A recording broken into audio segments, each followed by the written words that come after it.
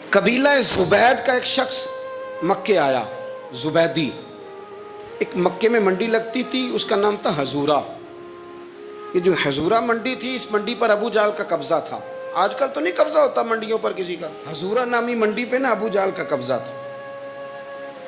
اونٹ بڑے خوبصورت تھے، شاندار تھے۔ اس نے کہا میں نے بولی دینی۔ ابو جہل نے اعلان کیا خبردار کوئی بولی نہ دے۔ بڑی دور تھا قبیلہ زبید، وہ آدمی واپس لے جا نہیں سکتا تھا، مجبور ہو گیا۔ ابو جہل کہنے لگا چوتھا حصہ قیمت دوں گا اور اونٹ تمہیں دے کے جانے پڑیں گے، یعنی اگر لاکھ کے ہیں تو 25,000 کے دو۔ بندہ بڑا پریشان ہوا، چودھریوں سے بات کی تو کہنے لگے بدماش بڑا ہے، ہم شریف لوگ ہیں، شریف اور بزدل میں، بزدلی کو شرافت کا نام نہ دو، پکی بات کر رہا ہوں، شریف اور بزدل میں شریف ضرور بنو پر بزدل نہ بنو۔ جی ہم جی شریف لوگ ہیں جی، وہ کیا مطلب؟ کوئی پاس نہ آیا، وہ بیچارہ نہ کونے میں بیٹھ کے رونے لگ گیا، کہنے لگا میں کدھر جاؤں یارو، میں واپس بھی نہیں لے جا سکتا، اور چوتھے حصے میں دے کیسے جاؤں، اتنا نقصان۔ وہ رو رہا تھا تو کہیں حضرت زید بن ارقم نے سن لیا۔ آپ فرمانے لگے کیوں روتا ہے؟ کہنے لگا یار میں نے تو اہل عرب کی تعریف سنی تھی، میرے ساتھ کھڑا ہی کوئی نہیں ہوتا۔ تو آپ فرمانے لگے تو نے عربی دیکھا ہی کب ہے؟ اگر کائنات کا حسین و جمیل عربی دیکھنا ہے تو جا حرم مکہ میں بیٹھا ہے، مکھ چند بدر شاہ شانی ہے تے متھے چمک دی لاٹ نورانی، کالی زلف تے اکھ مستانی، مخمور اکھی ہیں نا مد بریاں سبحان اللہ، ما اجمل کا ما احسن کا ما اکمل، کتھے مہر علی تے کتھے تیری ثنا، مشتاق اکھی کتھے جال۔ تو نے دیکھا کب ہے؟ اگر عربی دیکھنا ہے نا تو وہ بیٹھا ہے، جا جا کے حرم میں ٹیک لگائے، مظلوموں کے والی، غریبوں کے ماوا، رسول رحمت، ایک سادی سی چادر اوڑے حضور بیٹھے تھے۔ وہ زبیدی کہتا میں آیا، نبی کریم کو بات سنائی، حضور فرمانے لگے این الجمل کا، او کدھر ہے تیرے اونٹ؟ عرض کی حضور وہ وہاں ہیں۔ فرمایا چل نہ۔ حضور کوئی بولی نہیں لگا رہا، کوئی خرید نہیں رہا، ابو جہل گھنٹا پڑا اس کے ڈر سے سہم گئے۔ حضور فرمانے لگے چل نہ، میں بولی لگاتا ہوں۔ اور دیکھو نرخ بازار محبت کا انوکھا ہو گیا، خود خریداروں شامل آ کے مولا ہو گیا۔ نبی کریم نے حضرت سعد بن ابی وقاص کو بلایا، حضرت عمر کو، حضرت ابو بکر کو، مدد کے لیے نہیں۔ حضور فرمانے لگے میری جیب میں پیسے تھوڑے ہیں، ظاہری طور پہ تھوڑے ہیں، ورنہ تو کائنات کے خزانوں کی کنجیاں حضور کے پاس، تھوڑے تھوڑے پیسے دو بھی بولی دینی ہے۔ سب سے پیسے لیے میں چلو بولی لگانے چلے۔ حضور آئے، اللہ اکبر، یہ میرے رسول کا طریقہ ہے، آؤ ذرا تھوڑی دیر کے لیے سوچیں۔ ابو جہل بیٹھا ہے بڑی مسند پہ، قربان جاؤں مدینے والے حبیب۔ وہ زبیدی کہتا اس کے کپڑے مہنگے تھے، حضور کے سادے تھے، اس نے بڑی پگڑی باندھی تھی، حضور کی سادی تھی۔ کہتے ہیں وہ آنکھیں اٹھا کے بات کرتا، مدینے والے نبی آنکھیں جھکا کے بات کرتے۔ وہ بولتا جاتا، حضور تھوڑے تھوڑے سادے سادے ٹھہر ٹھہر کے جملے بولتے۔ کہتے ہیں نبی کریم علیہ السلام اس کے ساتھ آ کے حضور بیٹھ گئے اور فرماتے ہیں میرے رسول کریم نے اپنا جبہ سیدھا کیا، پگڑی کو حضور نے سیدھا کیا اور فرمایا چل لگا بھائی بولی۔ ایک اس نے لفظ بولے، پھر حضرت ابو بکر نے بولی دی، پھر حضرت عمر نے دی، پھر سعد بن ابی وقاص نے دی، پھر زید بن ارقم نے دی، پھر رسول کریم نے دی۔ وہ کہتا ہے جتنے میں بیچنا چاہتا تھا نبی پاک نے ڈبل میں میرے اونٹ خریدے، ڈبل میں اونٹ خریدے میرے رسول۔ سلام اس پر کہ جس نے دشمنوں کو بھی قبائیں دی، سلام اس پر کہ جس نے گالیاں سن کر دعائیں دی۔ اور میرے اعلیٰ حضرت کہنے لگے جاؤ جا کے اعلان کر دو، غم زدوں کو رضا مجدہ دیجئے کہ ہے بے کسوں کا سہارا ہمارا، بے کسوں کا سہارا، جاؤ غم زدوں کو رضا مجدہ دیجئے کہ ہے بے کسوں کا سہارا۔ رسول کریم صلی اللہ علیہ وسلم نے نا خریدا مال، اور حضور سید عالم وہاں سے نکلے، اور نکلتے وقت حضور فرمانے لگے ابو جہل تیری آج شکایت آئی ہے، آج کے بعد نہ آئے، مکہ سارا اس کے ساتھ ہے، حضور کی مخالفت ہو رہی ہے، 40 لوگ ہیں صرف کلمہ پڑھتے، اور دین کا کام دار ارقم میں قید ہو کے کرنا پڑتا ہے، لیکن جب ظالم کے خلاف نکلے ہیں تو پھر دار ارقم میں بند ہو کے نہیں، پھر میدان میں نکلے اور فرمایا آج کے بعد تیری شکایت نہ آئے۔ کہنے لگا جی بالکل نہیں آئے گی۔ میں آپ کو موقع نہیں دوں گا. حضور چلے گئے تو پیچھے سارے کافر اس کے گرد اکٹھے ہو گئے, کہنے لگے ہم پہ تو بڑا روب ڈالتا ہے, اب تجھے کیا ہوا, پانی پانی ہو گیا, تو کیا کون سا سانپ سونگ گیا, بولا ہی نہیں. کہنے لگا مجھے لات و منات کی قسم, جب مصطفیٰ کریم میرے پاس آئے تو ان کے ساتھ ایسی ایسی طاقتیں تھیں, نیزے تھے, برچیاں تھیں, بھالے تھے, مجھے لگتا تھا میں نے سی کی تو میرے ٹکڑے ٹکڑے کر دیں. کہنے لگے جا پاگل ہو گیا, ان کے پاس تو چھڑی بھی کوئی نہیں تھی, وہ تو خالی ہاتھ ہیں, بکواس کرتا ہے, کچھ بھی نہیں تھا. کہنے لگا مانو نہ مانو, ان کے پاس بڑا کچھ تھا. اور اگلی بات جو اس نے کی وہ تاریخ میں محفوظ ہے, وہ تاریخ میں محفوظ ہے, وہ تاریخ میں محفوظ ہے, وہ تاریخ کا حصہ ہے. ابو جہل کہنے لگا اٹھتے ہی کہ مجھے لگتا ہے جب تک محمد ابن عبداللہ موجود ہیں یہ ہمیں ظلم نہیں کرنے دیں گے, یہ ہمیں کوئی زیادتی کرنے, تاریخ میں محفوظ ہے جملہ ابو جہل کا. کہنے لگا جب تک یہ موجود ہے ہمیں کوئی زیادتی کرنے. حضرت فرمایا کرتے تھے زندہ نبی کے ماننے والوں زندہ بن کے زندگی گزارو. زندگی زندہ دلی کا نام ہے, مردہ دل کیا خاک جیا کرتے. جو قومیں سر اٹھا کے جیتی ہیں وہ زندہ ہوتی ہیں. اس لیے اپنی زندگی میں حق کے خود اختیاری پیدا کریں, جینا سیکھیں, لڑنا سیکھیں, میدان میں رہنا سیکھیں. سہم سہم کے وقت نہیں گزرے گا, ظلم سہنے سے بھی ظالم کی مدد ہوتی ہے. لہٰذا حق لینا سیکھیں, حق پر کھڑے ہونا سیکھیں, اپنے مزاج میں یہ باتیں پیدا کریں. مجھے خاتون نے پوچھا, میرا بھائی کہتا ہے حصہ لے لے پھر میرے مرے کا منہ نہ دیکھنا. میں کہا پتر تو حصہ لائے نہ منہ ویکھی ہوتا, کوئی ضرورت نہیں, منہ ایسے ظالم کا منہ ویسے بھی نہیں دیکھنا چاہیے جو بہنوں کا حصہ کھا جائے. میں نے کہا تو منہ دیکھنے کی کوئی ضرورت, یہ کوئی بلیک میلنگ ہے. ابا کہتا ہے حصہ لے لو منہ نہ دیکھنا. میں کہا بالکل نہ ویکھی, تو بلکہ آنکھ میں ویکھنا بھی نہیں چاہتی, تو ادھر رکھ, اللہ رسول نے مقرر کیا میرا حصہ. کیا فلسفہ ہے ہمارا, جو بات غلط ہے اس پہ لوگوں کو بلیک میل کرتے ہو. جائز بات پہ ڈٹنا سیکھو. آپ جب ڈٹ جاتے ہیں نا تو پھر اللہ مدد کرتا ہے, پھر اللہ تتنزل علیہم الملائکہ, پھر اللہ فرشتے بھی نازل کرتا ہے. حضور نے فرمایا جو جان کی حفاظت کرتے مر گیا وہ بھی شہید, جو مال کی حفاظت کرتے مر گیا وہ بھی شہید, جو دین کی حفاظت کرتے مر گیا وہ بھی, جو خاندان کی, اپنے گھر کی, اپنے بچوں کی حفاظت کرتے مر گیا وہ بھی. اتنا بڑا درجہ حضور نے بیان کر دیا ہے. تو کبھی بھی زندگی میں ظالم کے سامنے سرنگو نہ ہونا, کچے پلپلے ہونے کا کبھی بھی اظہار نہ کرنا. حضرت تمیم داری رضی اللہ تعالیٰ عنہ فرماتے ہیں کہ ہم کھڑے تھے, ایک اونٹ دوڑتا ہوا آیا, نبی کریم صلی اللہ علیہ وسلم کے پہلے اس نے قدموں پہ سجدے کیے. صحابہ کہنے لگے حضور ہمیں بھی اجازت دیں. فرمایا وہ تو بے زبان ہے, اسے تو پتہ کوئی نہیں, پیش نظر ہے وہ نو بہار, سجدے کو دل ہے بے قرار, روکیے سر کو روکیے یہی تو امتحان ہے. فرمایا اسے کیا پتا, تم تو مکلف ہو شریعت کے, تمہیں اجازت نہیں ہے. اور اعلیٰ حضرت نے 2 ٹوک لکھا ہے, فرمایا سوائے خدا کے کسی کو تعظیمی سجدہ بھی حرام ہے.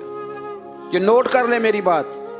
اور اعلیٰ حضرت نے فتاوی رضویہ میں لکھا ہے کسی قبر پہ جاؤ تو 4 ہاتھ دور کھڑے رہو. اللہ کرے آپ کو سمجھ آئے. کتنے ہاتھ؟ 4 ہاتھ دور کھڑے رہو, سورۃ فاتحہ پڑھو, درود شریف پڑھو, جس قبر پہ گئے ہو ان کی روح کو اصال ثواب کرو, ان کے وسیلے سے دعا مانگو. اعلیٰ حضرت فرماتے ہیں قبر کو سجدہ بالاتفاق حرام ہے, طواف قبر کا کرنا بالاتفاق حرام ہے. بوسہ لینے میں اختلاف ہے کہ جائز ہے کہ ناجائز ہے, لیکن بوسے سے بھی چونکہ شک پڑتا ہے تو فرماتے ہیں احمد رضا کی رائے یہ ہے کہ بوسہ لینے سے بھی بچا جائے. وہ آ گیا تو اس سے اگلی باتیں کرتا ہے, بس خاموش رہ, باادب رہ اور پیچھے رہ. تو حضرت تمیم داری کہتے ہیں یہ حدیث اعلیٰ حضرت نے لکھی ہے لمن والعلا میں. فرماتے ہیں کہ اونٹ نے پہلے سجدہ کیا, قدم چومے, پھر اس نے حضور کے کان میں کوئی بات کہی. روزے دے دوالے نے غلاماں دیاں ٹولیاں, ایک پیا سن دے کروڑاں دیاں بولیاں. یعنی اونٹ نے بات کی تو حضور نے وہ بھی سن لی. اعلیٰ حضرت کہتے ہیں جو پناہ میں آتا ہے بچ جاتا ہے. کہتے ہیں رسول کریم نے نا اونٹ کی پشت پہ ہاتھ پھیرا اور اللہ کے محبوب فرمانے لگے فکر نہ کر, اب تو آ گیا ہے نا تو جیسے تو کہے گا ویسے ہی ہو جائے گا, جیسے تو کہے گا ویسے ہی. ابن ماجہ میں موجود ہے, پر میں چونکہ فاضل بریلوی رحمۃ اللہ علیہ کی کتاب سے پیش کر رہا ہوں الامن والعلا سے, تو میں اسی انداز میں پیش کر رہا ہوں جس انداز میں وہاں ہے.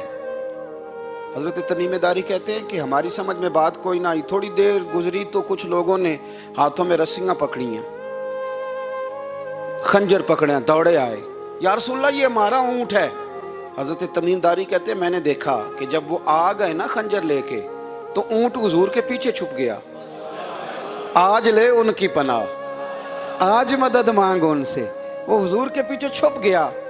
تو کہتے ہیں کہ نبی کریم صلی اللہ تعالی علیہ وسلم نے فرمایا کیا مسئلہ ہے بھائی؟ یا رسول اللہ ہمارا اونٹ ہے، ذبح کرنے لگے تھے دوڑ آیا ہے۔ تو حضور فرمانے لگے وہ تو تمہاری شکایت کر رہا ہے۔ وہ کہتا ہے یا رسول اللہ میں نے برسوں ان کی نوکری کی، برسوں میں نے بڑی نوکری کی۔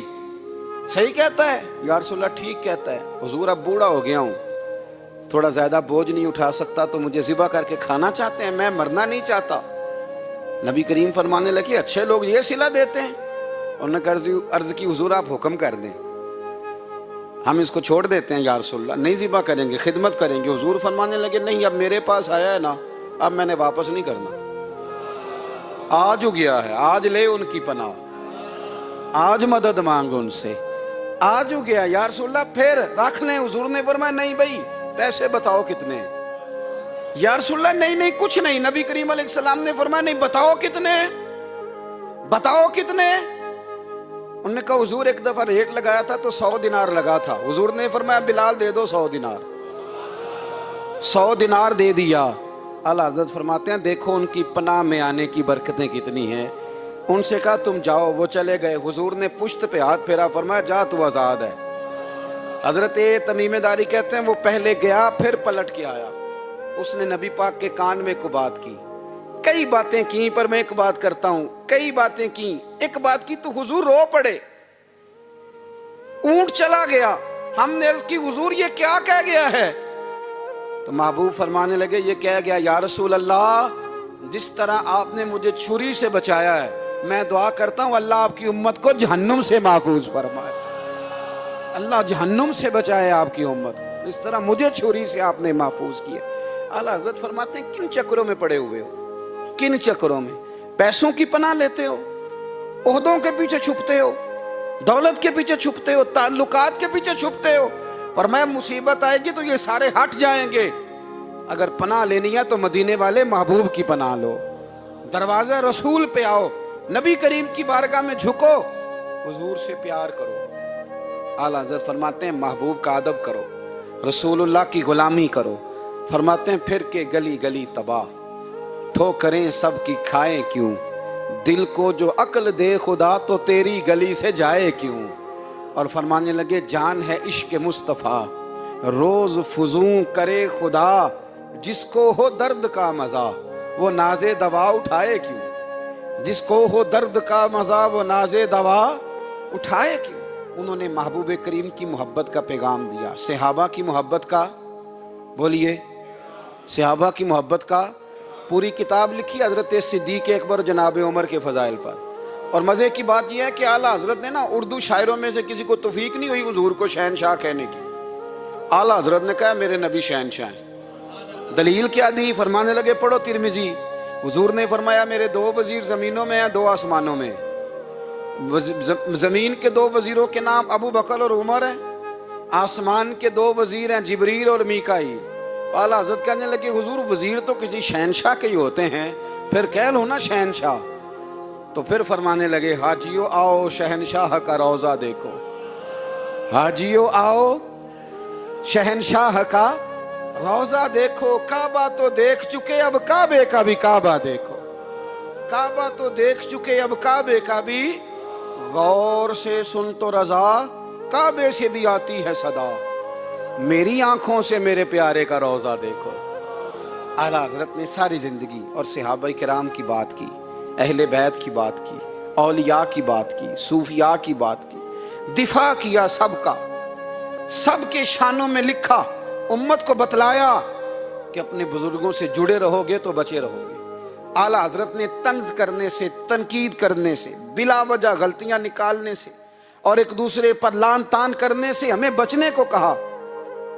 اعلیٰ حضرت فرماتے ہیں کوئی علم اگر آ جائے نا تو اس کا معنی یہ نہیں کہ سب کو جاہل سمجھ لینا چاہیے۔